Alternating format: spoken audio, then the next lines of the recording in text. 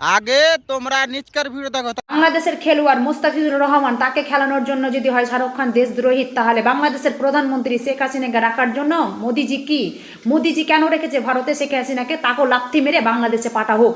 আর একটা সামান্য ওই মুস্তাফিজুর রহমান যে কোনো রাজনীতিতে নেই, যে কোনো কিছুতে নেই, তাকে ওয়াকআউট করে দিল।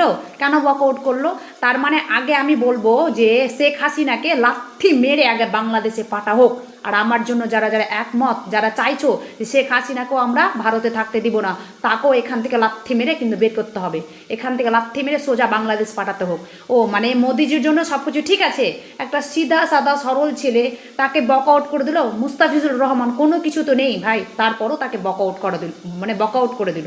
ঠিক আছে, আগে বলবো শেখ হাসিনা বুদ্ধিকে এখান থেকে লাথি মেরে তাড়ানো হোক। মোদি চাচা, তুমি খুব মধু খেয়েছো, আর নয়, এবার তুমি মধু খাওয়া বন্ধ করো। আর তোমার ওই শেখ হাসিনা, তোমার ওই বুড়ি দাদিকে এখান থেকে লাথি মেরে বাংলাদেশ পাচার করো। ঠিক আছে, হবে না, আর চলবে না রাজনীতি। এটা কিন্তু উচিত কথা বলেছে। এই মেয়েটা একটু লাইক কমেন্ট করে দাও। আর শেখ হাসিনাকে লাত দিয়ে ভাগা দরকার, সত্যি বলে দিলাম। সবাই একটু লাইক কমেন্ট শেয়ার করে দাও। এই মেয়েটা যদি কথা যদি উত্তর হয়, শেয়ার করো সবাই।